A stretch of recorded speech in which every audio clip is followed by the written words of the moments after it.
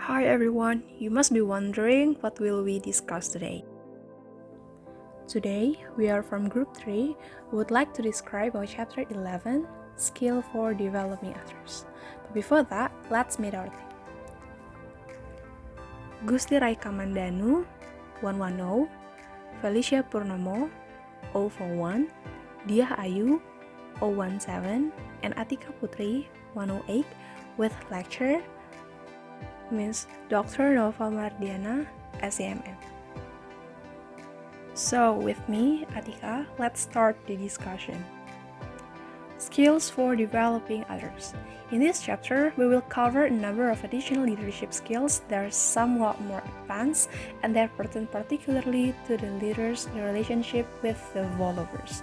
The skills addressed in these sections are involved setting goals, providing constructive feedback, team building for teams, building high-performance teams, delegating, and coaching. Let's dive the first skill. Setting goals. When a man doesn't know what arbor he is making for, no wind is the right wind. While setting goals and developing plans of actions to attain them are important for individuals and for the group. For example, the proposal goals is often the predominant norm in any group. Once group goals are agreed on, the induced member compliance act as a criterion for evaluating the leadership potential of group members and become the criteria for evaluating group performance. Perhaps the most important step in accomplishing a personal or group goal is stating it right in the first place. The reason many people become frustrated with the outcomes of their New Year's resolution is that their resolutions are so unrealistic, so that they are unlikely to lead to demonstrable result. It is possible to keep New Year's resolutions, but we must set them intelligently. In a more general sense, some ways of writing goal statement increase the likelihood that we will successfully achieve the desired goals. Goals should be specific and observable, attainable and challenging, based on top to bottom commitment, and designed to provide feedback to personnel about their progress toward them. To some, goals should be specific and observable. Goals should be attainable but challenging. Goals should require commitment and require feedback. Skill number 2, providing constructive feedback. Giving constructive feedback involves sharing information or perceptions with another about the nature, quality, or impact of that person's behavior. It can range from giving feedback pertaining specifically to a person's work or performance feedback, to impressions of how aspects of that person's interpersonal behavior may be pervasively affecting relationship with others. There are several other aspects of feedback that everyone can work on to improve their feedback skills, including making sure it's helpful, being direct, being specific, being descriptive, timely, flexible, giving both positive and negative feedback, and avoiding blame and embarrassment when giving feedback. Skill number 3, team building for work teams. The ratio of we to I will create more better development of a team. Team building intervention at the team level may help team members understand why they are having so much difficulty in achieving team objectives and even suggest coping strategies for an intolerable situation. Team building interventions.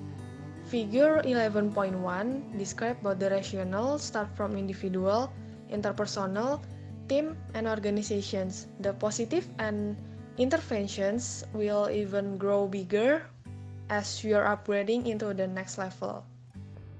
As we know that leadership is not an individual process, but rather it involves influencing a group to pursue some type of overarching goals.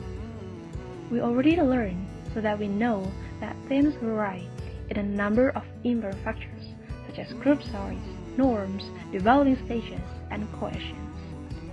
We also know that leaders need to take these factors into consideration when creating and leading teams. The Rocket model of team effectiveness is both a prescriptive and a diagnostic model of team building. The model is prescriptive in that it tells leaders what steps to take and when to take them when building new teams. The model can also be used as a diagnostic tool for understanding where existing teams.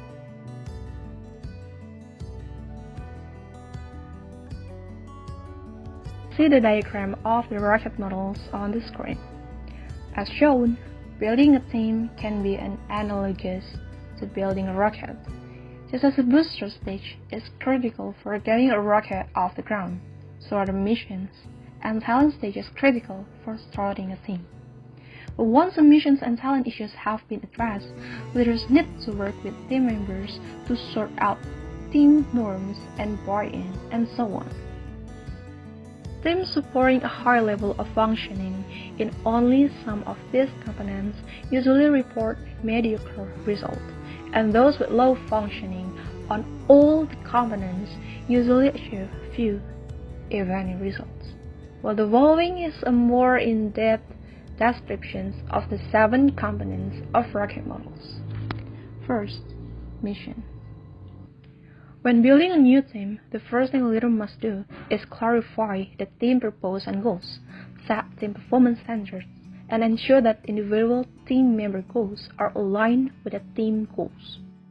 Delegating. Delegation is a relatively simple way for leaders to free themselves of time-consuming queries, give followers developmental opportunities, and increase the number of tasks accomplished by the work group, team, or committee. Delegation gives responsibility for decision to those individuals most likely to be affected by or to implement the decision.